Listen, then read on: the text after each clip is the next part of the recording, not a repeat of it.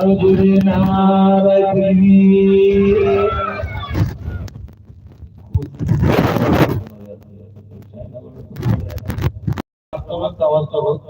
নারায়ে তাকবীর।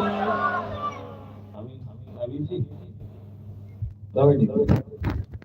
ঘুম ভাঙা ঘুম ভাঙা হাত এই নামাজ পড়বে তোর পিছনে ভালো হাত দাঁড় করে তো হাজবেন্ড ছিল আরো জোরে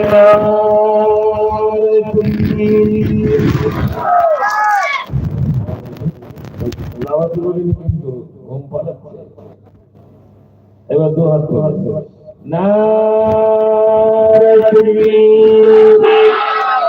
আমি আমার হয়েছে 5 মিনিট বাকি আছে ওখানে হয়ে গেছে আরো জোরে নারায়ে তাকবীর। এই মহারিসালের আওয়াজ করবি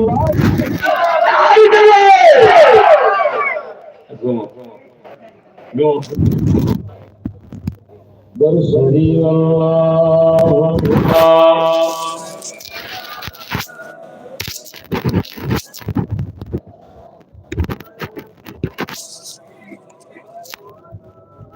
কি বলবেন দীর্ঘক্ষণ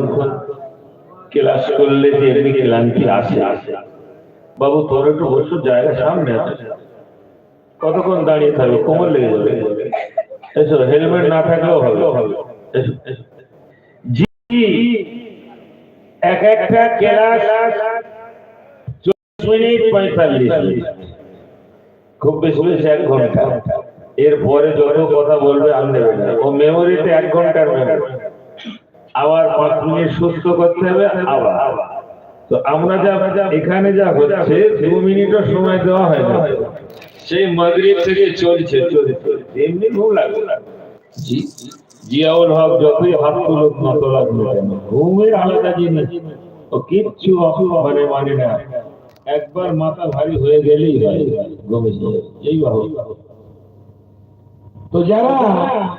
আমি একটু অন্য গুগল ম্যাপে তার মশলা অনুযায়ী চলে তাদের একটা প্রশ্ন করো আপনারা শুনবেন ঘুমাবেন কি না ঘুমিয়ে শুনতে হবে খালি কেউ ঘুমাবেন না তো আলহামদুলিল্লাহ একজন মহিলা এখানে মহিলা শ্রোতা আছে ওদের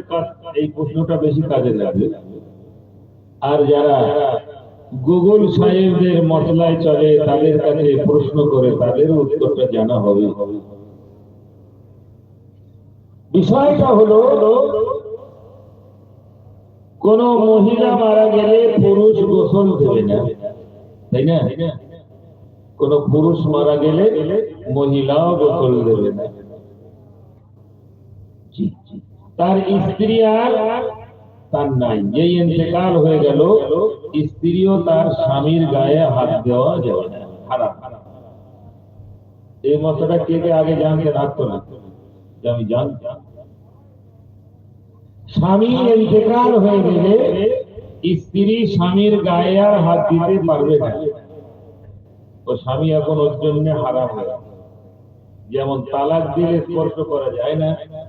ইন্তেকালের পরেও স্পর্শ করা যায় না তো নিজের স্বামী স্ত্রী তাদের সম্পর্ক আর নাই এই মুহূর্তে গোসল দেওয়ার বিষয়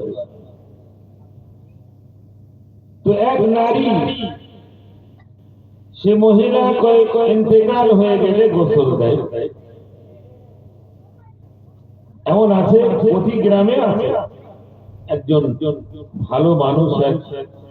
অপরের উপরে সদয় আছে এরকম মহিলা আছে যেমন আমার বড় বউ যান ইন্তেকাল হয়ে গেছে গোটা এলাকায় কোন মহিলা মারা গেলে যত রাত চলে যাবে গোসল টোসল তো জিজ্ঞাসা করেছে যখন তার কাছে গিয়েছে যে আমার বাড়িতে একজন মারা গেছে চলুন বলছে এখন আমি যাবো না এরকম তো বলে না হঠাৎ